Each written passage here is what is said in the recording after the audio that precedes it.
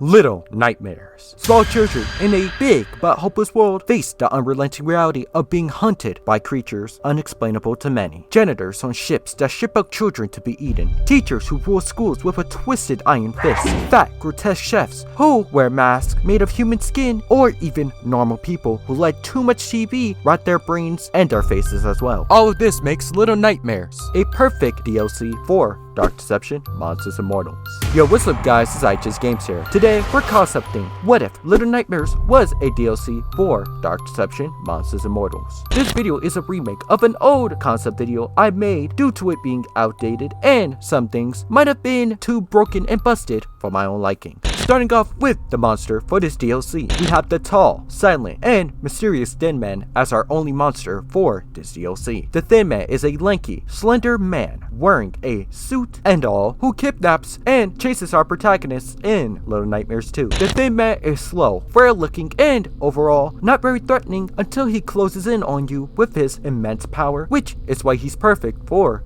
the power class. The Thin Man strolls relentlessly through Monsters and Mortals with his new ultimate ability, Signal Slowdown. The Thin Man generates a large blue staticky radius around him for around 10 seconds. Anyone caught in this radius will be slowed down significantly as well as their attack speed, allowing the Thin Man to pick you off faster than when he picked off 6. The amount of disrespect this man has to approach you slowly, make you as slow as him, and then murk you is what makes the Thin Man one not to deal business with, even if he's wearing business attire. Moving on to the mortals. The child who hides himself in a paper bag who wields some mysterious power, we have Mono. Mono is a small, unknown child who popped in a Little Nightmares world without any explanation. But despite all of that, he seems to have a mission regardless. During this mission, he does not disappoint. With a weapon, any threat to him that's within his size, whether nasty living mannequin hands or bullies made of porcelain, is getting milli rocked by him, which makes him perfect for the bounce class. He's decently fast but capable of throwing hands as well. Mono shows his strange power to the Monsters and Mortals world with his new ultimate ability, Television Teleportation. Mono spawns 4 TVs throughout the map in random locations for 1 minute. Within that time window, Mono can enter a TV to teleport to the other nearest TV, allowing him to traverse around the map. Whether to escape or to help assist other teammates, this ultimate is pretty nifty and versatile. But be careful, with 2 Swiftly heavy attacks, any of his TVs can be destroyed. If only one ceases to exist, his ultimate will be nullified until the duration is over and it charges up again. But you better hope you can catch Mono before you can even do such. The shy, quiet, but also dangerous little girl in the iconic yellow raincoat, we have Six. Six is a definition of mysterious and menacing. She barely has a past we all know of and has a really scary hunger she can't control. Anything in her sight during those moments of hunger will be consumed. But despite her lack of control in certain moments, she is calculated as she's been through hell and back and managed to live, surviving all types of evil beasts. But she isn't powerful enough to take them down without assistance, unlike Mono, so evasive maneuvers are her only way to go, which makes her perfect for the speed class. Six uses her evil, menacing power as her new ultimate ability,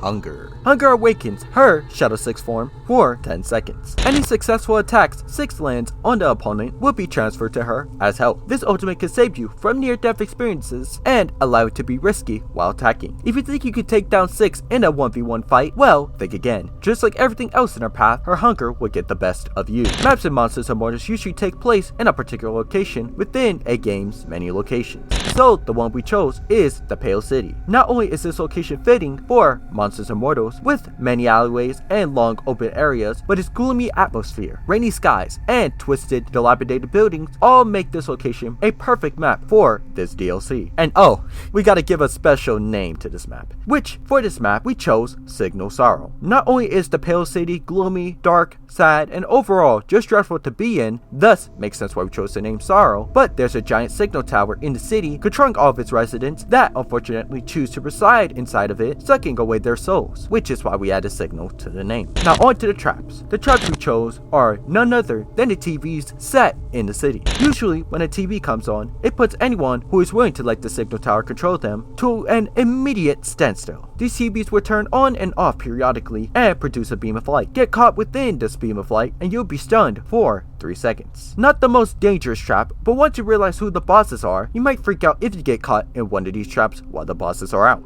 And speaking of bosses, the boss we have for this DLC is the viewers. Residents that reside in the Pale City, once human, turned into brain dead, brainwashed, and vicious monsters with twisted faces. These viewers move at a slow speed, no more faster than a power class, but not only do they come in numbers, which can easily overwhelm you if you underestimate them because of their speed, but if you get a certain distance within them, they will periodically use their telepathic abilities to shoot a beam that will suck the life force out of you. These viewers are really just here to view you die by their own hand, so you better social distance away from these creatures. Thank you guys for watching this video. To be honest, I think a Little Nightmares DLC can be very possible for Monsters Immortals. Glowstick already worked with Bandai Namco in the past, and with Little Nightmares being a Bandai Namco IP, I think they could definitely secure Little Nightmares as a DLC. Just depends on both parties if they are willing to collaborate. Other than that, if you guys like this video and want to see more of my content, you guys pretty much already know what to do. If you guys want to see more of me, go check out my socials. Links in the description. This is IHSGames, and I am out.